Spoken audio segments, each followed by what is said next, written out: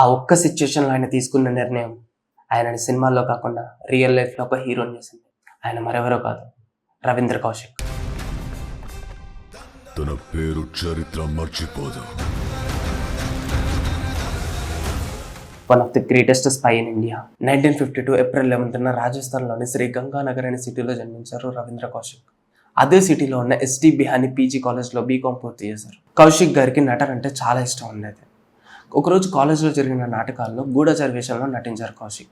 నాటకం పూర్తయ్యాక ఆయన నటన చూసి ఒక 4 వ్యక్తులు రవీంద్ర కౌశిక్ గారిని సీక్రెట్గా కలిసి, నువ్వు మాతో కలిసి పనిచేస్తావా అని అడగగానే మొదట సినిమా అవకాశం అనుకున్నారు కౌశిక్. కానీ ఆ తర్వాతే తెలిసింది వాళ్ళు ఇండియన్ రా ఏజెంట్స్ అని, వాళ్ళతో కలిసి భారతదేశ గూఢచారిగా పనిచేయమని అడుగుతున్నారు అని.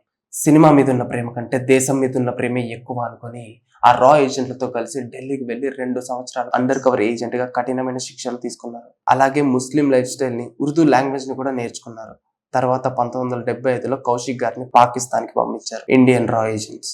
అక్కడికి వెళ్ళాక కౌశిక్ గారు నబీ అహ్మద్ షకీర్లా పేరు మార్చుకొని కరాచీ యూనివర్సిటీలో LLB పూర్తి చేశారు. ఆ తర్వాత పాకిస్తాన్ ఆర్మీలో జాయిన్ అయి కమిషన్డ్ ఆఫీసర్ గా పనిచేస్తూ మేజర్ గా ప్రమోట్ అయ్యారు. ఆ సమయంలోనే అమానత్ అనే అమ్మాయిని పెళ్లి చేసుకుని ఒక అబ్బాయికి తండ్రి అయ్యారు కౌశిక్.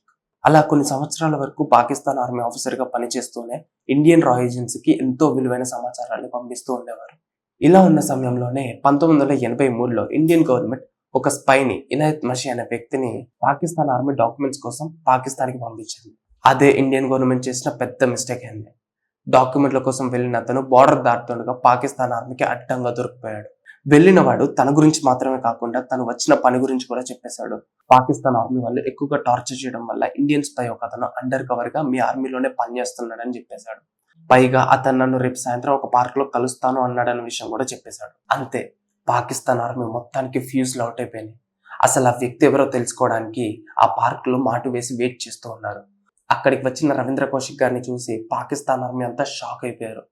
ఇన్నాళ్ళు ఒక ఇండియన్స్ పై ఏం చెప్తే అది గొర్రెల్లా చేసామా అని వెంటనే వెళ్ళి రవీంద్ర కౌశిక్ గారిని మోకాళ్ళ మీద నిల్చోబెట్టి పట్టేసుకున్నారు. 3rd డిగ్రీ నుంచి ఆ పైనుండి ఎన్నో కఠినమైన శిక్షలను విధించారు.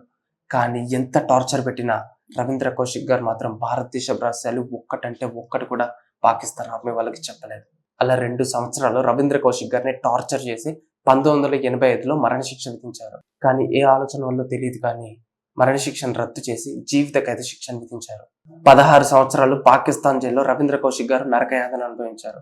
కానీ పాకిస్తాన్ ఆర్మీ వాళ్ళు ఎంత టార్చర్ పెట్టినా భారతదేశ రహస్యాలు ఒక్కటి కూడా పాకిస్తాన్ ఆర్మీకి చెప్పలేదు. రవీంద్ర కౌశిక్ గారి దేశభక్తికి మెచ్చి అప్పటి ప్రైమ్ మినిస్టర్ అయిన ఇందిరాగాంధీ గారు ది బ్లాక్ టైగర్ అనే బిరుదునిచ్చారు. పాకిస్తాన్ ఆర్మీ వాళ్ళు పెట్టిన టార్చర్ వల్ల రవీంద్ర కౌశిక్ గారు మానసికంగా ఎంత స్ట్రాంగ్ గా ఉన్నా శారీరకంగా చాలా వీక్ అయిపోయి TB అండ్ హార్ట్ డిసీజ్ వచ్చి 2001లో చనిపోయారు. రవీంద్ర కౌశిక్ గారు సినిమాలో హీరో అయితే మనందరం అభిమానిస్తామో లేదో తెలియదు కానీ రియల్ లైఫ్ లో ఆయన హీరో అయ్యాక నేను మాత్రం ఖచ్చితంగా అభిమానిస్తున్నాను. సో రవీంద్ర కౌశిక్ గారి స్టోరీ ఇది. మీకు ఈ వీడియో నచ్చినట్లయితే ఈ వీడియోని ఒక 10 మందికి షేర్ చేయండి. And do like, share and subscribe. Plus 10.